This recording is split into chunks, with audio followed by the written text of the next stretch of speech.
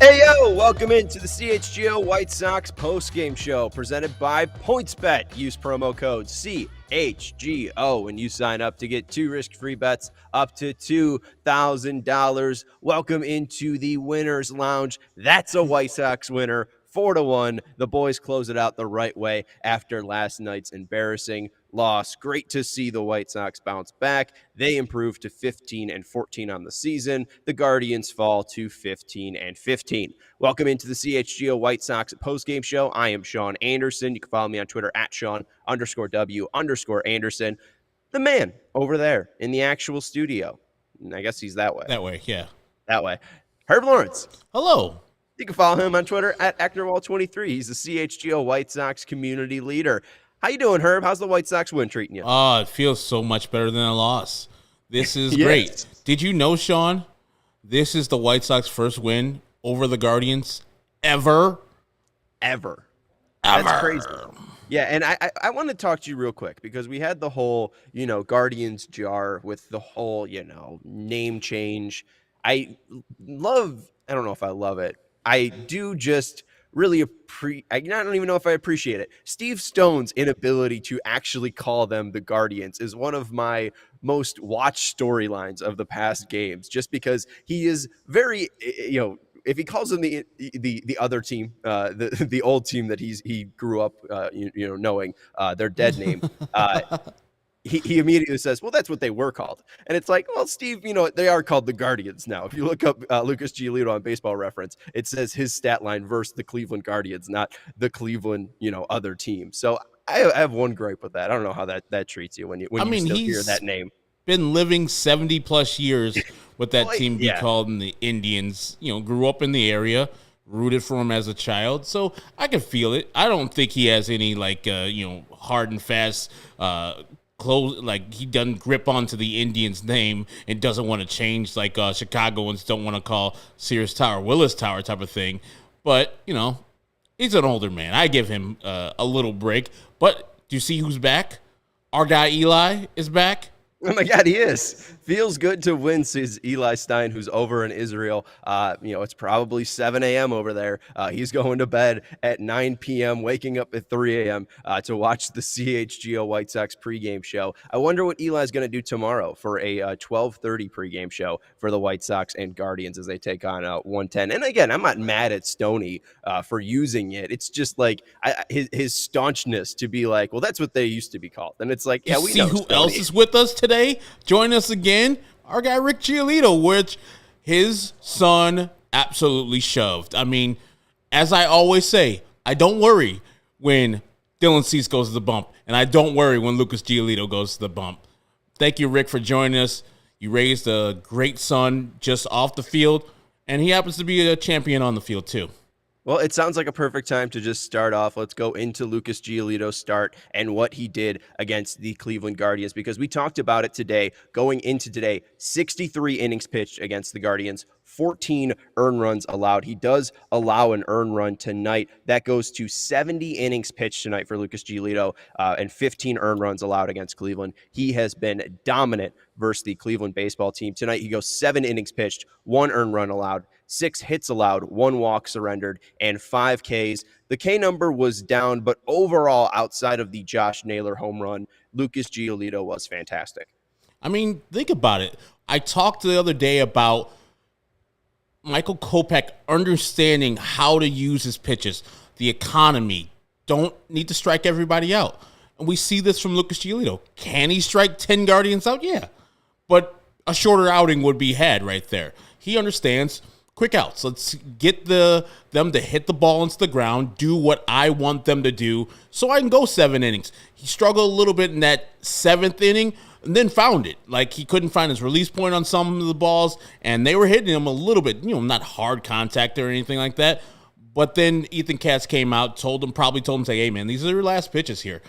Let's do it. And you see he sat home dude down for his 5th strikeout of the game, 7 strong innings.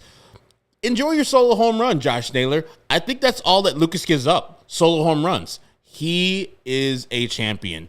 When you need a guy, you need the ball to be given to a guy on the White Sox, it's going to be a great problem to have.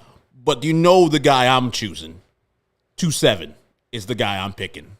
Hey, I mean, we've been getting a lot of praise out recently, which is a good thing. Dylan Cease has been phenomenal. Kopech was phenomenal last night. And Lucas Giolito, you finally get to see what he is at 100%. It really felt like he was 100% Lucas Giolito tonight, fully over the injury that kept him out. And even then, when he came back from that injury, he was really good in his first start against the Twins. He was good against the Cubs in that start. But like you mentioned, he gave up home runs to Horner in that game. I think he gave up a home run to Wisdom as well. Yeah. And then that Angels game, he gave up 2 home runs. So, I mean, it wasn't perfect, coming off the IL, but tonight was as close as perfect as you can get from Lucas Giolito, even including the Josh Naylor home run. 69%. And before we keep on going, Yeah, Rick says Lucas had a different plan because those Cleveland hitters are difficult to K. They're a bunch of contact hitters. And yeah, that's a smart guy. That's a guy who knows the opponent he's going in. He studies them. He says, okay, I saw 7 from Michael Kopech. That's tough because he's a strikeout pitcher. But you know what?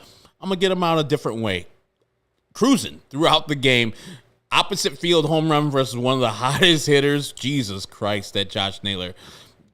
Just get it. Whatever. Who cares? Enjoy yourself.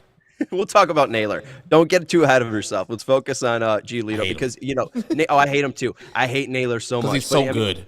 You got to give him respect because that's the thing. I was trashing him before, he started being good. I was trashing him before this whole 2022 thing started off, and now he's doing it. Now I can't, I got to shut my mouth because, he almost took off Graveman's shin in that 9th inning there. But Lucas Giolito was elite tonight, and the plan that he had tonight absolutely worked versus the Cleveland Guardians. 69% strike rate for Lucas, 20 first pitch strikes to 26 batters. That is elite right there. 27% whiff rate for Lucas Giolito. Again, elite stuff from him on that one. He was just fantastic to watch tonight. And there were 2 swings I just want to talk about, Herb. There was many swings. The Josh Naylor one was nice, but there was one swing, I think it was in Ramirez's second at bat. He throws a changeup to Ramirez, and Ramirez throws the bat towards the Cleveland dugout. And then the next time, Rosario ends up getting a hit on this one, I'm pretty sure, in the 7th inning. But Rosario truly spins around in the batter's box. The changeup's been working, but the fact that he's got 2 changeups that they talk about on the broadcast, where when he could throw one up high using the more of the palm of his hand, and then the other one where he more snaps down and that one goes lower in the zone. It's unfair. And guys who have seen him multiple times, Jose Ramirez, who is a great batter, can still elicit swings like that. That is just ace stuff. You love to see it from Lucas.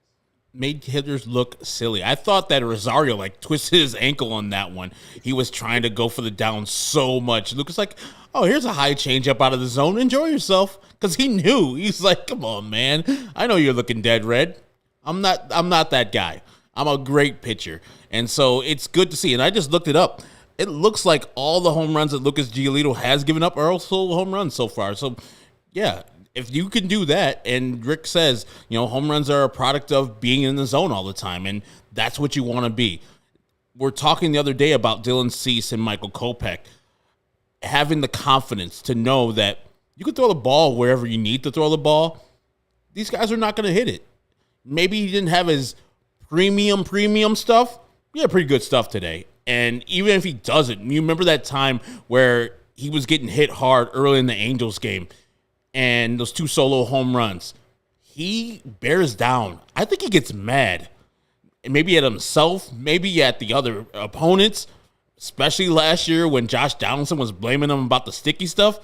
He got pissed and finished the Twins off last year. This year, with the Angels hitting those 2 solo home runs in the first inning, didn't give up another one until I think the 6th inning, gave up 3 in that game. So he is the guy. He is our ace. We've been talking all about Cease and Kopech. Which one we were looking forward to as our ace going forward? Lucas hey, hold on, y'all. I'm still here. Stop it. It's me. It's 2-7. Yeah. And I love to see it. I've talked about it. We talked about it earlier, like the game that turned him from Lucas Giolito, worst pitcher of baseball in 2018, was against this Cleveland team back in May of 2019, where he had a very similar performance: 7 innings, 8 Ks, no earned runs allowed. And I do want to talk a little bit about the stuff just a little bit more. Let's look at his pitch mix because you see Dave saying Hawk would gush over that changeup. Ryan saying Lucas' change was sick tonight. He was making his hitters hitters swing out of their shoes. He was fantastic with that fastball and changeup. Just elite stuff right there. 7 whiffs on his changeup, 64% whiff rate on his changeup. He got 11 swings, 7 at him. 7 of them just completely missed the ball completely. That was great to see. And I also saw something too. I think it was blank name said that's actually pretty crazy that Giolito had such a high whiff rate and such few strikeouts. The thing is, Cleveland's a fantastic team. They have a very, very low K rate, one of the lowest in the major leagues. I think the one thing that he needs to get over a lineup like that is that slider and curveball working at its best. We saw Josh Naylor tag a slider for a home run, and the curveball wasn't perfect. I would love to see him start lowering or, making sure that curveball's a little bit lower in the zone. I think he threw one that was actually truly below the belt. A lot of them are left high. He needs to start snapping down on that curveball. That curveball is really, it's a show pitch at this point, because you go back to the graphic, only one called strike, no whiff at all at that pitch. It's just not a pitch that is going to be conductive to getting outs. It really hasn't been this year. So I don't love that, but you see 30% called strike whiff rate on a slider, 41% on his changeup, 43% on his fastball. All of that is elite stuff. So he's got 3 pitches right there. That's enough to have, an ace performance like he did tonight. And with the curveball, like you just said, I think maybe just a show pitch, or he wants to, his fastball is elevated, changeups sometimes are elevated, and the curveball is like, hey, I got to show it to you. I have to show it to you just so you're off of my other pitches. I'm not too worried, and I know you want better. You want like Cy Young, the best in the game type of stuff from Giolito. Lucas Giolito. I keep getting Rick's name right here. He said this year's curveball is last year's slider, which he shelved. If I think famously, he shelved his changeup and then went to his slider. So he's kind of working on his curveball. So if that's what you're saying, Rick, I think right here, stay right here. If he gives me this all year long, I'm happy for it. Yeah. It wasn't like Cleveland was just missing cookies. They were flummoxed. They didn't know what Lucas does. As Jose Ramirez is to the White Sox, and lately Josh Naylor is to the White Sox, Lucas Giolito is that to the Guardians. But he's an actual great player, not like Josh Naylor, who just runs into a couple last night and then tonight. Yeah, and I lost my train of thought here. But with you got to help me out. You threw me off for a second. Oh, sorry. No, you're all good. I don't know. No, I feel very dumb right now. I truly don't feel dumb.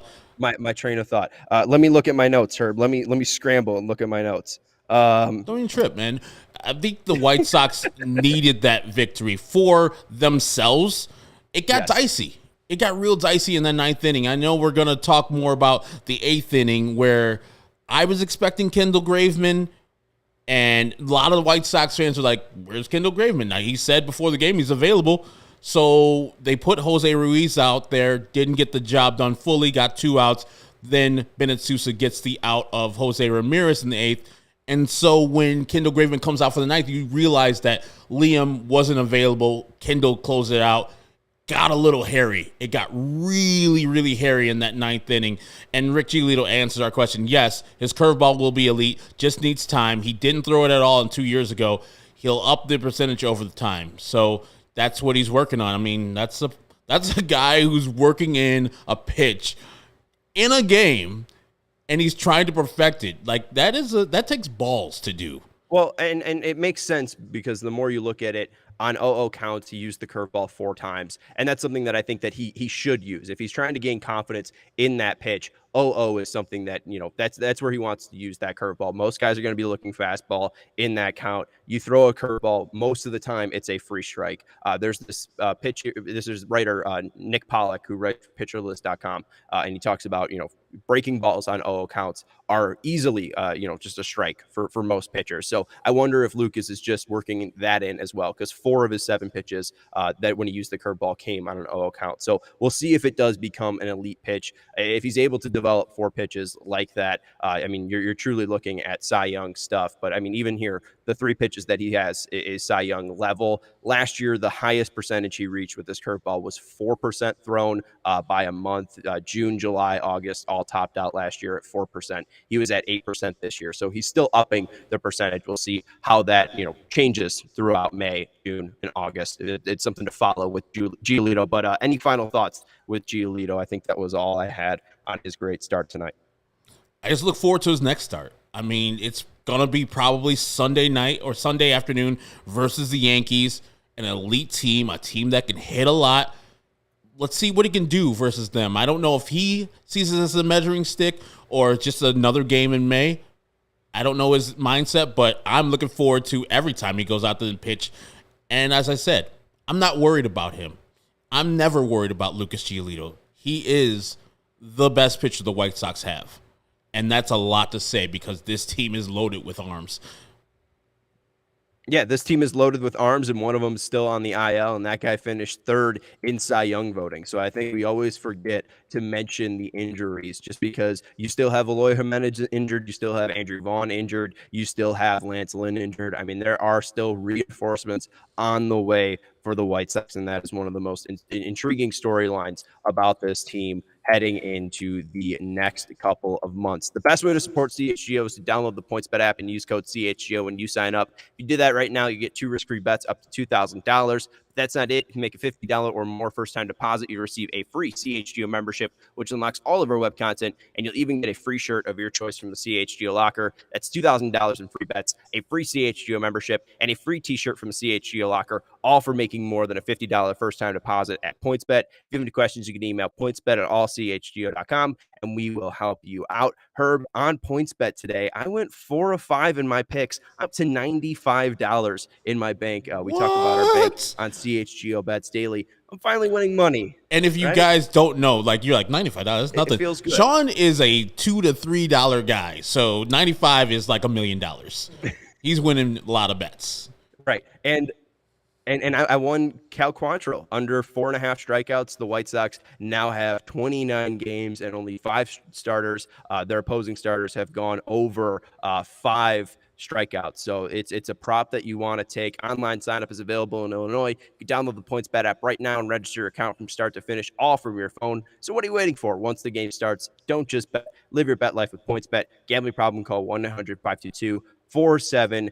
When the Sox play tomorrow, when we're previewing that pregame, make sure you have the PointsBet app because we'll be giving you out picks to help you win money. And also, if you want to start your day with a competitive edge, Strava CBD coffee is a game changer and has helped thousands of people to help improve their overall wellness and quality of life. Strava delivers delicious, fresh roasted specialty coffee infused with organic broad spectrum CBD. CBD from hemp doesn't make you high or hungry, but it offers real benefits that can help you. It can help you feel alert and focused without the jitters. It can help you live your day more balanced with less anxiety and fewer aches and pains. Plus, introducing CBD in your daily routine can help you enjoy a more restful sleep so you wake up feeling your best. My favorite is having the decaffeinated Strava CBD coffee before I go to bed. The 20 milligrams of CBD help me get that truly restful sleep. The best part, Strava is all about quality. Everything is small batch, fresh and shipped straight to your door. Strava also offers concentrated full spectrum CBD tinctures for those looking for a more traditional CBD format with a powerful entourage effects of benefits. CHGO listeners can save 25% off their entire order when you use code CHGO25. That's 25% off your entire order at StravaCraftCoffee.com. When you use code CHGO25 at checkout, discount coupon valid on non-subscription purchases only, 1 use per customer. And if you already love Strava, you can subscribe and save with the Strava Coffee Club. With Strava, you're in control. You can save on your favorite coffees and have them automatically delivered to your home or office on your preferred schedule. Again, the code is CHGO25 for 25% off your entire order at StravaCraftCoffee.com. All right, and Greg, no, I'm not going crazy. I'm talking to, and for the people who are listening on the podcast the next day, we really appreciate you listening.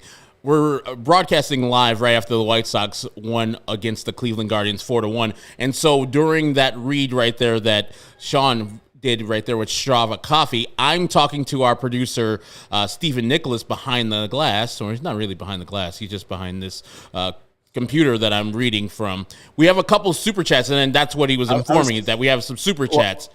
My guy, forgot. Matthew Cortese. See, I can't say that name without saying it that way, and I think it's offensive. I'm sorry, Matthew. Matthew Cortese. Matthew super chat. Cortese. Gorlami. Thank you for $5. And we had one from Stupid Donkey in the pregame right after we closed out. So, Stupid Donkey, if you're still watching, thank you for your super chat. Really appreciate it. All right. Grandma, don't eat all that gabagool. It's all filled with nitrates. Gabagool over here. All right. Now you're going way too far. Golly. I thought I was being We got Vinnie in. We got Vinnie in. We did all the super chats. We talked to Lucas Giolito's dad, and now it's time to talk to our favorite beat writer, the CHGO White Sox beat writer. You can follow him on Twitter at Vinnie Duber. Our guy, how's it going, Vinnie? What's up, guys? I love me some gabagool. Ooh, amazing on the old Italian sub. You don't get better than that.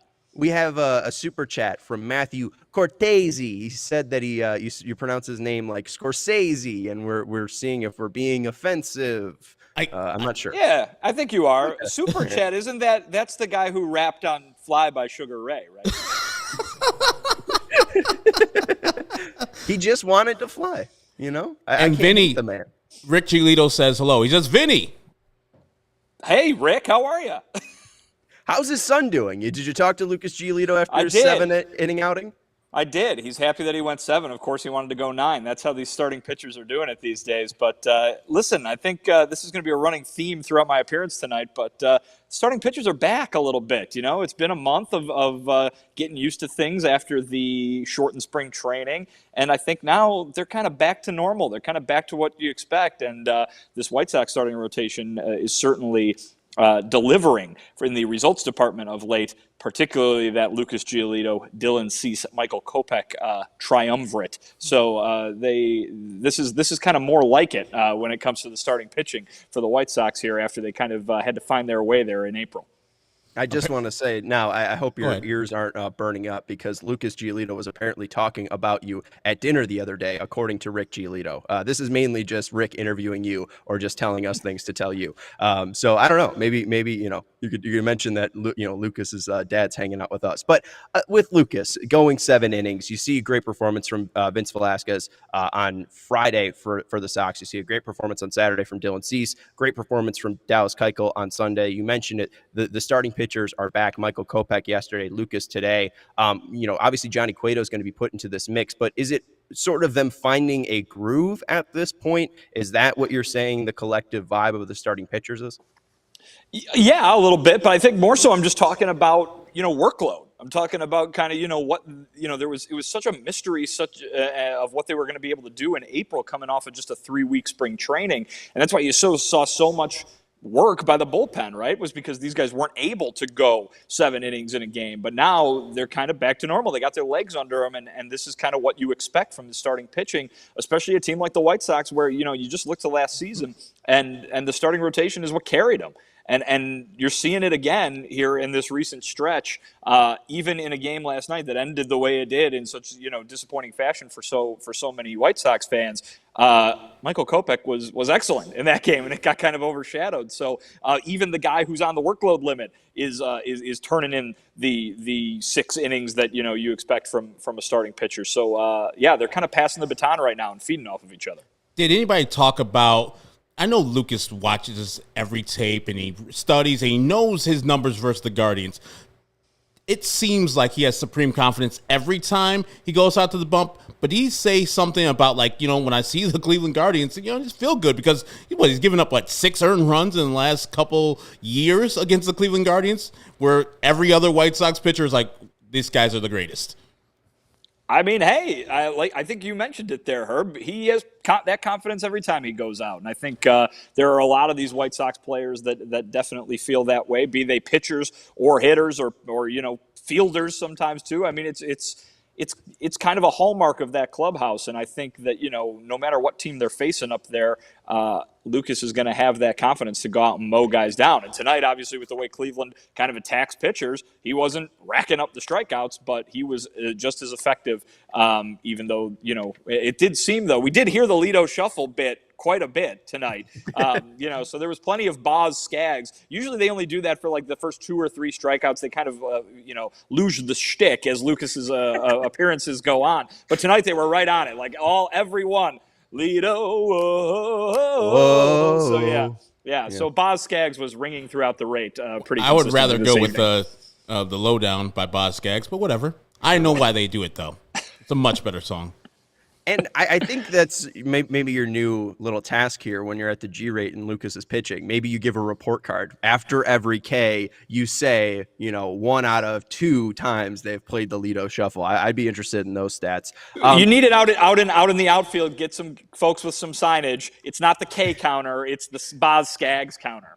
I know a couple guys. Who would love to do that bit. So maybe we'll get on it and have the Lido Shuffle counter out in left field. I want to talk to you about something that happened pregame. You sent us some quotes from Tim Anderson talking about the defense and how he's trying to put it behind him. Made a nifty play with Josh Harrison, turning a double play in that game, and also had a great day at the plate. What was TA's comments before the game, and how do you think that influenced or maybe showed itself tonight, if it did? Well, it's funny, we were pestering him pretty good pregame about the defense and about the errors and everything, and he was making some comments that, wow, you guys are kind of asking me the same question over and over again, and it didn't seem like he was too thrilled to be talking about it. And then the first thing I asked him postgame was, "Well, you shut us up, didn't you?"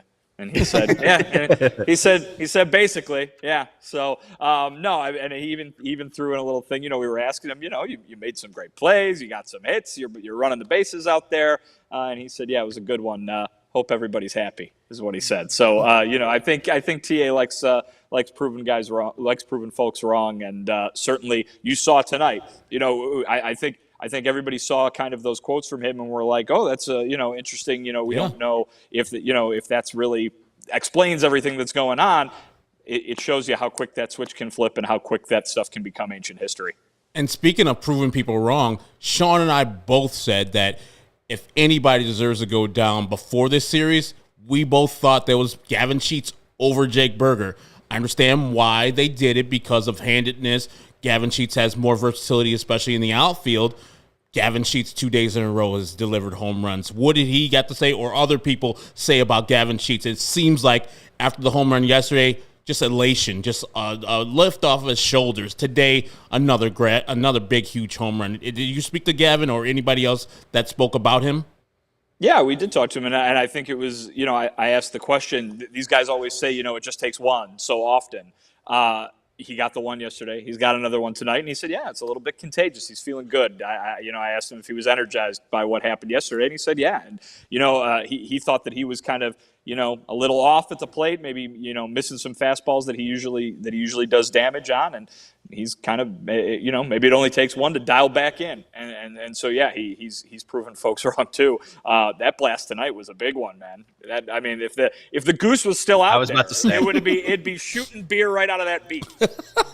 It was such a missed opportunity. You deserve royalties in perpetuity. It really was a missed opportunity from them, and I thought of it immediately. It was the saddest honk that I've ever heard let out. I want to talk a little bit about the ninth inning. I was a little confused seeing Jose Ruiz and then Bennett Souza in the eighth. Then we see it makes a little bit more sense. Kendall Graveman comes out in the ninth inning. So Liam has the day off. Can you talk a little bit about Liam having the day off? And then Graveman, I know you talked a little bit to him before the game about his availability. Obviously, he was available tonight.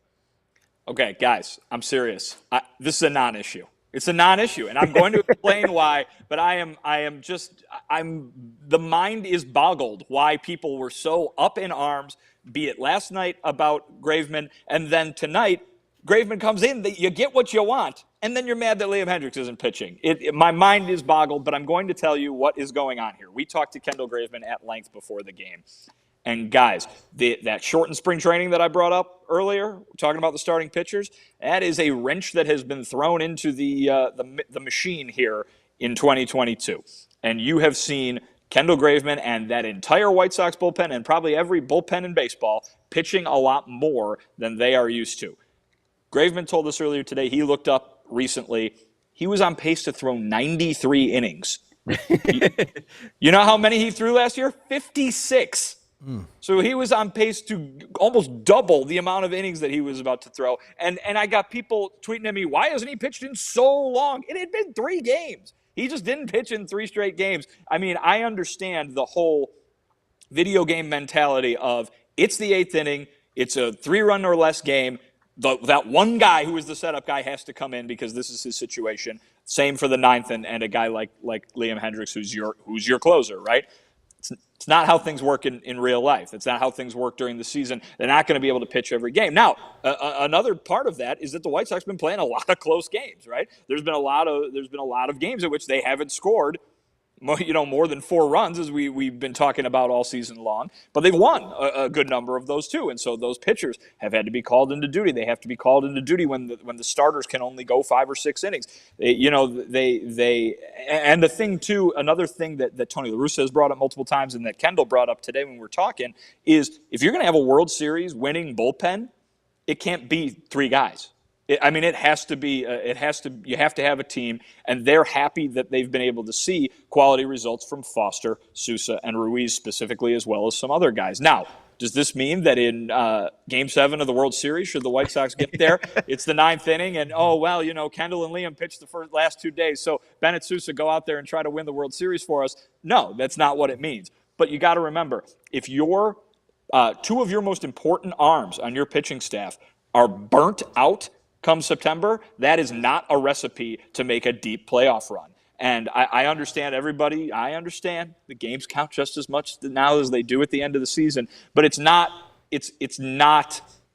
setting yourself up for failure when it matters most, right? I think that is the idea here. They keep talking about it with Michael Kopech. They're doing it with other players. We've been talking about it with Yasmani Grandal, and it applies to a bullpen that has had to work probably more than they normally would in a normal season through the first month of the year. It was good to see the White Sox capitalize on Guardians' errors today. You see the error by Jose Ramirez, immediate home run by Sheets. They talk about their execution there, like making it hurt when they commit errors, as other teams have made it hurt when the White Sox do so. Yeah, that's what you got to do. And I think people have seen that and been disappointed when the White Sox have done it. I mean, that's the other team succeeding at what they're trying to do. Listen, if you're not going to score a ton of runs, you got to capitalize when they're giving you an opportunity to do so. So I think that you got a situation there in that inning where that wasn't even the only dropped pop up in foul territory by Cleveland that day. And listen, last night too, by the way, a lot of upset people over what the White Sox did in the field. Cleveland didn't look too hot in the field either last night. So the White Sox played great defense tonight. That's what everybody was saying. Tony La Russa walked in here, by the way, unprompted, no question yet, and said, how about that defense? He knew what we were thinking and asking about before the game. So he was happy to be able to revel in a good defensive night. Hey, pound your chest, brother.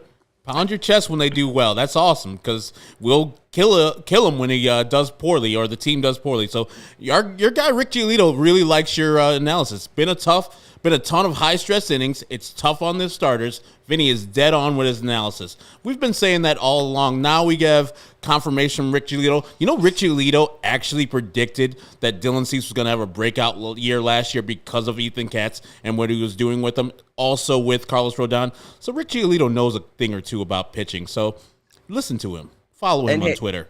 Hey, he's trying to keep his internet profile low. Apparently, his son gets mad at him for having a. I'm not going to talk to Lucas. That's all I'm letting him know. Is your secret's safe with us. This is a safe space for Rick Giolito. No one's watching. Whenever you want. That's not true. We got 86 people watching, and there's a bump. We got the Vinny bump. We were at like 60 people, then Vinny comes in, and we're up to 86. So I'm just saying there's a Vinny bump. All right, Vinny. I do have a couple more things I want to talk to you about. I'd love to get more into the socio-political dynamic of bullpen usage and the fact that you need to have Graveman in the 8th and Hendricks in the 9th. I do like your point. It seems very similar to my Andrew Vaughn thing with Herb. There has to be some day offs for these players at some point. I do want to talk a little bit, though, about Ronaldo Lopez. Any update on Ray Lowe? We saw him leave the game yesterday. No update from the way you're shaking your head. Yeah, no, he was asked about Tony La Russa was asked about Lopez in the pregame, and there wasn't an update yet. So we'll keep asking. But obviously, yeah, he's been an integral part of that bullpen. So the White Sox would be worse off if they didn't have him available to them. So we'll see what happens there. I have no more White Sox questions, but I just want to see what your shirt says, Vinny. I can't see it right now. Oh boy, this is going to be tough in this screen here, but it's Black Pumas, which is a band that I enjoy. So there you are. That's what that is. They're from Texas, as you can tell. So they're quite good. People like your wardrobe, and they want to know. They want to be cool like you. Oh, well, wow. Not like me. I just wear regular ass shirts. Let's get it in writing that I'm being called cool, because that's a few and far between, but we'll take it. Oh, come on. You're cool, Vinny. All right. Since Herb's done with White Sox questions, I guess I'll make this my final one. I want to go to the run expectancy here. I just want to talk a little bit baseball here with you guys. This is less about, I guess we're using the White Sox as an example here, but it doesn't really matter at the end of the day. We did see Leury Garcia. It wasn't Leury Garcia. It was Josh Harrison lay down a bunt in the 7th inning with a runner on first base and no outs. So you could see there, runner on first base, no outs. You're expected to get 0.83 runs. And then when you have a runner on second base with 1 out, you're expected to get 0.6 runs. So right there, you see that you get more runs when you have a runner on first with no outs than you have with a runner on second with 1 out. Also, Harrison just smoked a double off of Quantrill. So I wonder about you guys, just to understand your baseball sensibilities here. Did you like the move to have Harrison bunt in the 7th, or would you have had him swing away there? You had to find something to gripe about. Even on a night where everything goes right, you had to find something always negative to gripe Sean. about. My goodness. Whatever. I'm just wondering. It is an opinion that is influenced entirely by the results. That's what I have to say about it. If you lay down a bunt and the bunt works and you score a run, then good. That was the right move. If you lay down a bunt and nobody comes across the plate and you wasted a chance to drive in with a hit, then you shouldn't have done it. You know what I mean? It's entirely influenced by the results. I get it. I get the percentages. I know what everybody's looking at. In the American League, you probably wouldn't expect to see so much bunting, right? I mean, in the old-time National League, where offense was maybe not quite as much the focus when the pitcher was hitting, that kind of thing, you might see it a little bit more. Not a thing anymore, so we'll see if it goes down. But come on, if you bunt and it works, then it worked. Good job. All right. Well, I like that answer. What was your? Go ahead, it did work. I mean, I'm not a sacrifice bunt guy. I'm on Sean's thing, but your answer was perfect. That works for me, Vinny. That's the best explained thing about a sacrifice bunt. If it works, it's great. If it doesn't, it's terrible. Perfect. Well, and Vinny, he's had a long day at the park, and I understand. He doesn't want to have any gripes, especially after last night. And we got to come back tomorrow. Go on his merry way, and he has to come back tomorrow. So we will talk to him after tomorrow's Guardians and White Sox game, the rubber match between the two. Go follow Vinnie Duber on Twitter at Vinnie Duber, and it's a much earlier night for you leaving the ballpark than last night. So it would have to be. It would have to be. Enjoy your night. Thank you, Vinny, for joining us. See you guys. Rick Giolito's going to watch the game now. Yeah, well, thank you for joining us, sir. I don't think it's a coincidence that I bring that up and then he dips immediately, Vinny seemed to roll his eyes that I'm bringing up bunting here as we're kicking him off. It wasn't a gripe. We'll get to it. The best way to support CHGO is to download the PointsBet app and use code CHGO when you sign up. Not only are you going to get 2 risk-free bets up to $2,000, but if you make a $50 or more first-time deposit, you'll receive a free CHGO membership, which unlocks all of our web content, and you'll even get a free shirt of your choice from a CHGO locker. If you have any questions, you can email pointsbet@allchgo.com, and we will help you out. And in case you missed it, online sign-up is available in Illinois. You can download the PointsBet app right now and register your account from start to finish, all from your phone. You'll be signing up with the fastest sportsbook, easier than ever, so you could start living your bet life in seconds. So what are you waiting for? Once the game starts, don't just bet. Live your bet life with PointsBet. Gambling problem, call 1-800-522-4700. And we do want to mention CHGO. We're giving you the podcast and live shows, the pre-games and post-game shows, all for free here on our YouTube platform, on all of our podcasting platforms that you're listening to or watching to us right now on. But if you want to get the full CHGO experience, become a member at allchgo.com. We have premium written content there for our members, written by guys like Vinnie Duber, the guy who was just on. If you want to read his game recap, he talked to TA before the game. He's going to update you on Johnny Cueto. He's going to update you on all the roster moves.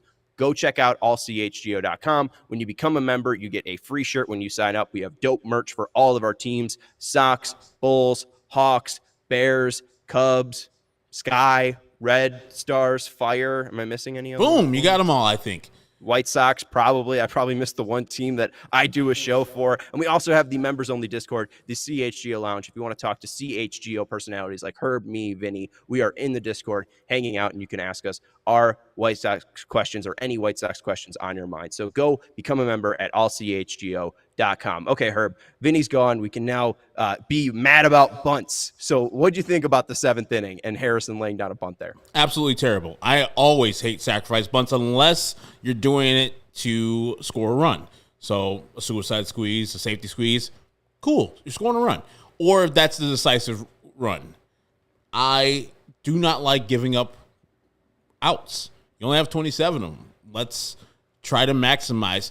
Multiple reasons why this one in particular was bad. Adam Engel is fast. He can steal the base by himself. Right. You just had Josh Harrison almost take out Mr. Quantrill and hit a double the time before. So he's seen him well. Can we allow him to maybe get a hit there? Turn the lineup over and get TA up there. If he hits into a ground ball double play, that's sometimes what the luck is. But you just showed us the stats. You're giving yourself less of a chance of scoring more runs by giving that other team an out. I'm sure Cal Quantrill was like, please, thank you, Jesus. This man took me to the bridge almost. Holy shit. Thank you for bunting and giving me that free ass out. And then eventually, as Vinny said, it worked out because on 0-2, you have Adam Engel stealing, and Timmy with the inside-out swing that goes fair gets a double there. So the run scores.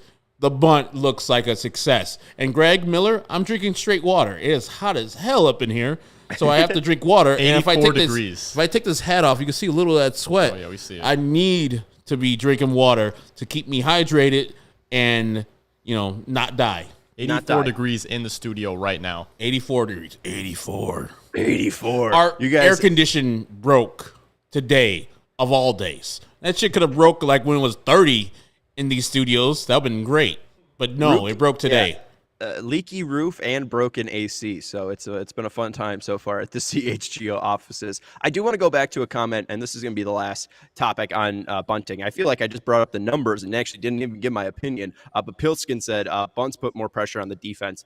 I'm just going to push back on that a little bit. Ahmed Rosario dropped a fly ball in left field yesterday, and he just had a double smoked over his head by Josh Harrison. I don't see a reason why you just paid Josh Harrison $5.5 million to bunt after he just hit a double. That makes no sense to me. I not even, giving up the out makes no sense. But the matchup, I mean, you have a favorable matchup against a guy who is losing velocity and losing his ability to spot on the outside. I hate the decision. And Steven, can we bring up back the run expectancy thing there? There was one more thing that I want to build off of from Jack saying bunting the runner on second to third, much more efficient than first to second, which I think is true. If you go second to third with 0 outs, it's 0.0 runs. And then if you go to third base with 1 out, it's 0.8 runs. So, it's equivalent to have a runner on third with 1 out as it is to have a runner on first with no outs. So, I mean, that right there, a sac fly drives in a runner with 1 out on third base, and a guy who is stranded on first base with no outs has the same expectancy to score. So, I mean, I just don't understand the move from a baseball perspective. And that's something that I push back on Tony. Again, it worked because you got the run from TA. Great hitting from TA. That was fantastic to see. And they did figure out Quantrill. 10 hits allowed today. Let's talk about Quantrill's day and get into the White Sox hitting. The one that was, amazing off the bat was Gavin Sheets. I don't know if you want to talk about that right away, but Sheets took a cutter out to where the goose used to be. A great mammoth shot, and that's his second in 2 games. Yeah, and I said before the game, the White Sox should score 4 earned versus Cal Quantrill, and they did it. He was in the game still into the 7th and doing well enough to be in there, but that's not an elite pitcher. That's a good pitcher that's in a starting rotation that can beat you. And he came in with a sub-1 ERA versus the White Sox in various roles as a reliever and as a starter or opener, as mostly the case was for the Cleveland Guardians. It was the Indians last year. So, yeah, I am not afraid when you see Kyle Quantrill and you see those good numbers. You saw the White Sox a little bit more patient today. The first inning notwithstanding, they got his pitch count up a little bit, and they didn't see that guy who showed up last year or the year before in Cleveland.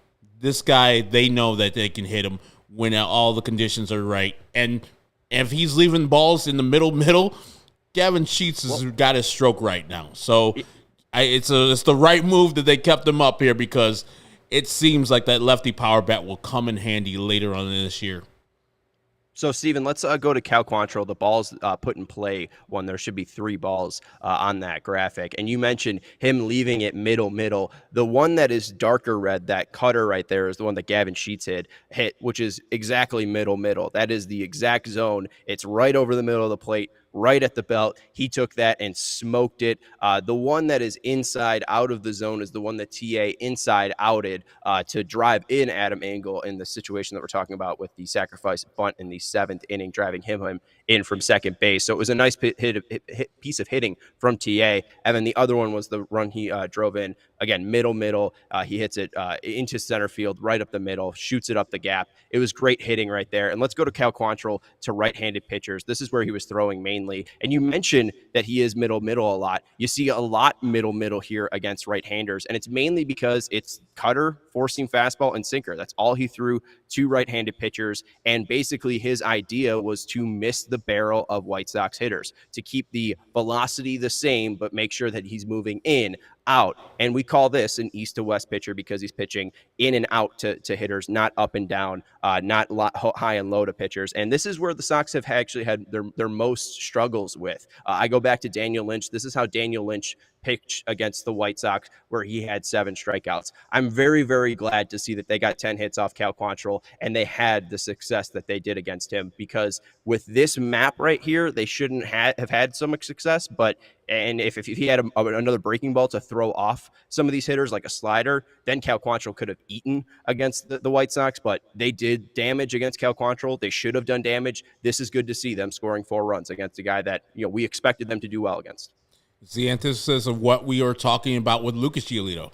He has confidence in his pitches, and he has pitches to strike you out.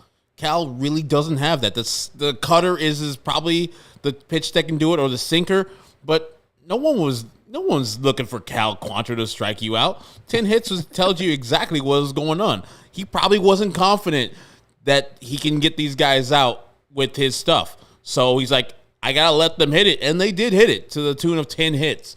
That's good to see from the White Sox. A complete effort where most guys got on base via the hit, except for Abreu, and I see it's Pollock too. So everybody else was in the hit column. So it's good to see these guys doing damage, especially Timmy continuing his torrid start to the season. Nice.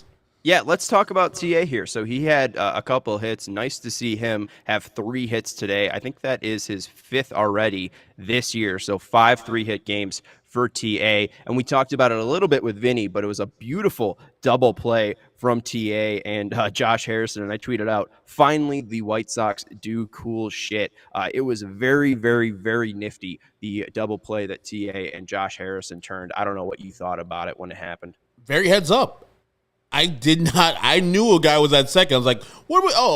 Okay, great play. And Josh Harrison with the wherewithal to know, I got to tag him quickly and get this ball out to first base because we runners coming down still. And he's been nothing but spectacular at the defensive end. Bat leaves a little bit to be desired, but his glove plays. As we talk about Timmy with his 9 errors, Josh Harrison is the antithesis of that because he's been nothing but spectacular with the glove. But Timmy starting that off, having the wherewithal to see the runner was a little too far off the bag, getting Josh Harrison the ball quickly, and then Josh Harrison delivering a strike to Jose Abreu. Yeah, and what I also like to see too was some stolen bases. We saw TA steal a base and then advanced on an error. We also saw Luis Robert steal a base. So let's quickly update Luis Robert's 40-40, I guess it's 30-30 watch.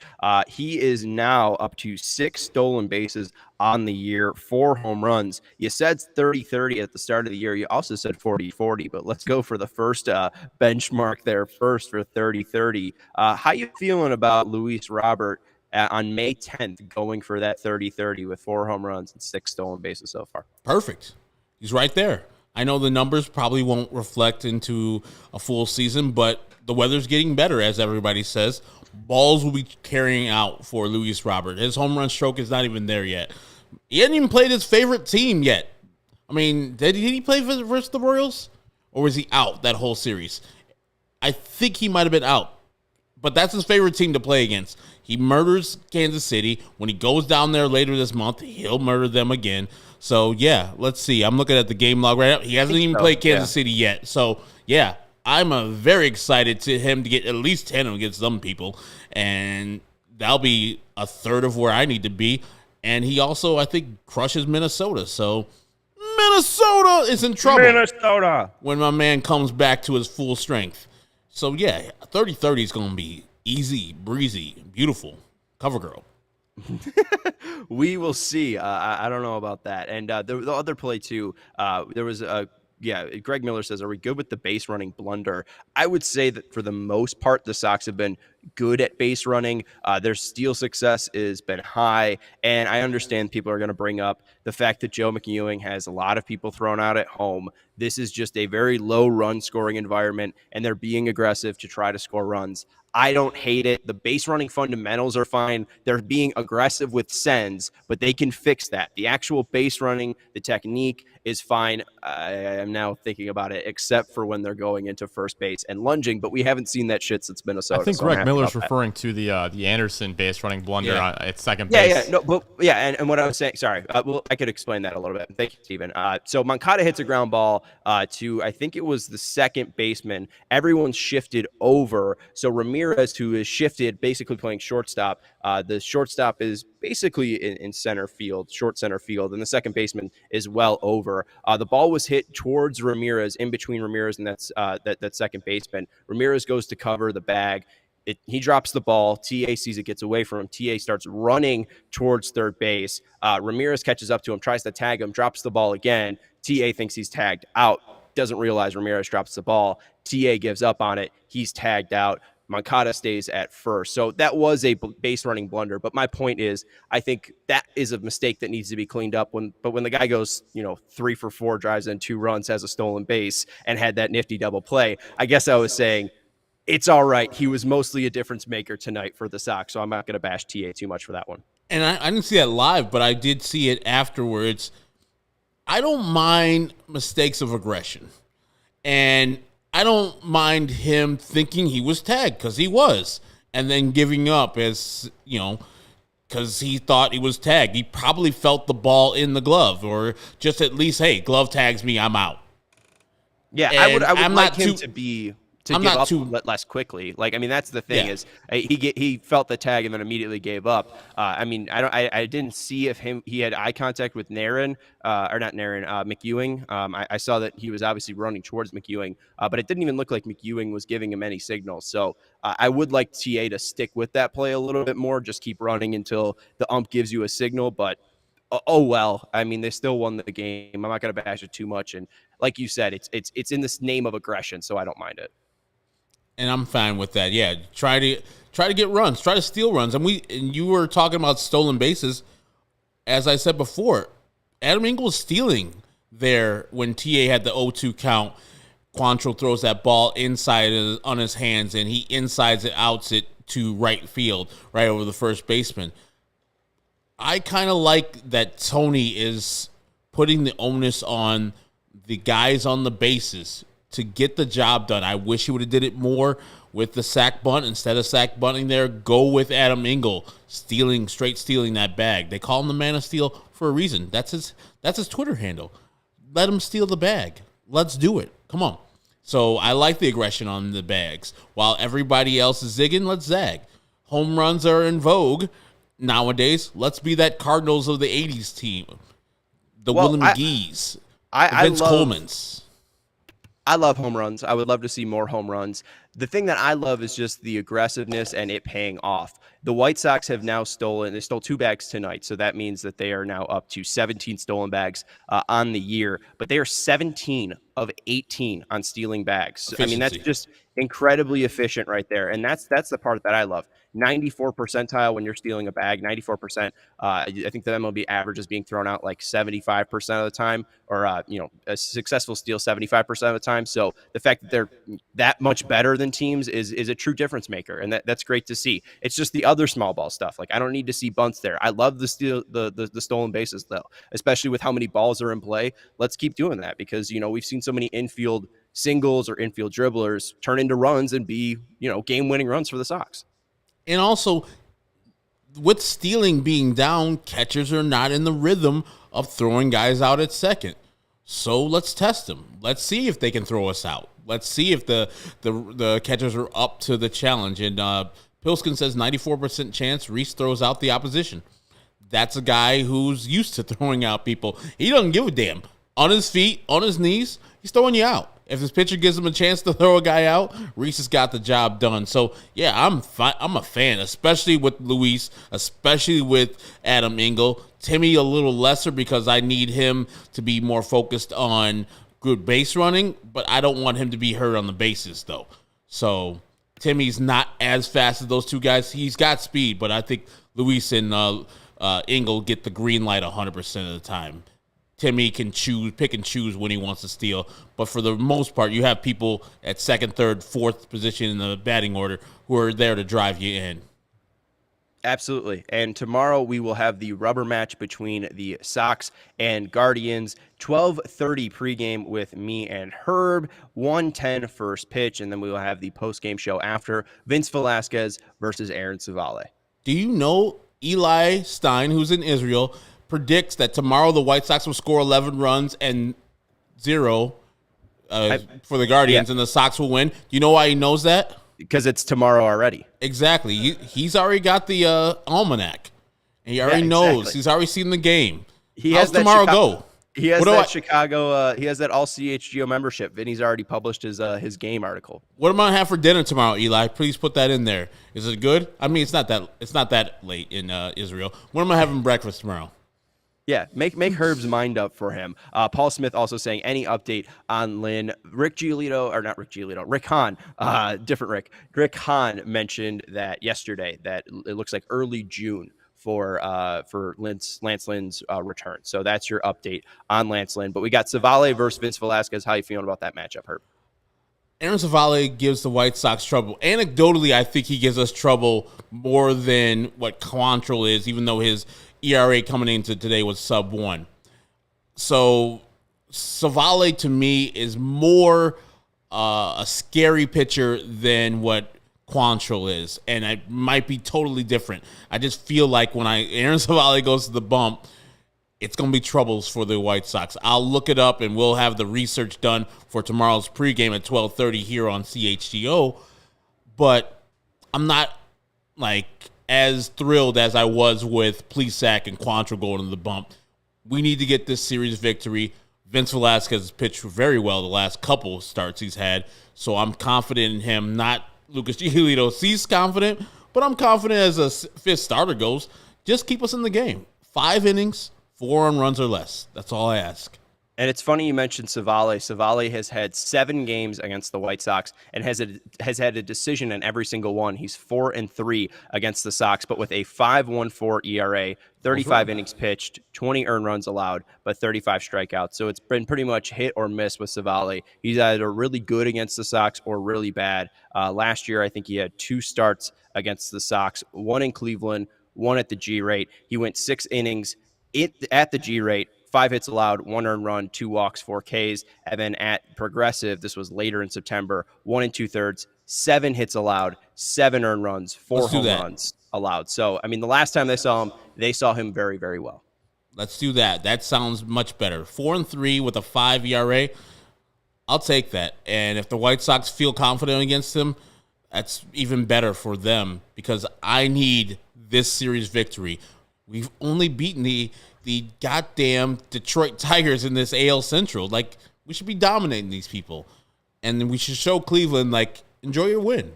We should have a sweep. Enjoy that one win, brother. But go back to Cleveland because you're the only people going there because no one wants a vacation in Cleveland. Nobody wants a vacation in Cleveland. Thank you, Joakim Noah, and thank you, Herb Lawrence. You can follow him on Twitter at Ecknerwall23. You can follow the show on Twitter at CHGO_White Sox. You can follow me on Twitter at Sean_W_Anderson. We will talk to you tomorrow. Again, the pregame is at 12:30. We have the Guardians versus the Sox, and first pitch will be at 1:10, and then we'll also have the postgame after the show to recap Velasquez versus Savali. But we will see you tomorrow. Thank you to Stephen Nicholas for your great production, and go Sox. And thank you to the 1979 album Tusk and Fleetwood Mac for all of their members for putting together that great piece of music there. I think you were so flustered last night you didn't thank them. You thanked them in the pregame, but you didn't thank them in the postgame, and maybe that won for us. I'll do my best. So maybe I'll do my best to remember. Stop thanking that terrible album. And guys, okay, all right. Reed Detmer's 2 outs away from a no-hitter right now for the Angels. I don't know who Really? Reed Detmer is. Reed Detmers was picked lefty after pitcher. Garrett Crochet. Correct. He was picked after Garrett Crochet, so that's not good to hear. Surprised he's doing that to a Rays lineup. It's so that's 12-0 too. Watch. They've been battering him too, and he just sat down for the 8th inning where they scored 4 more damn runs.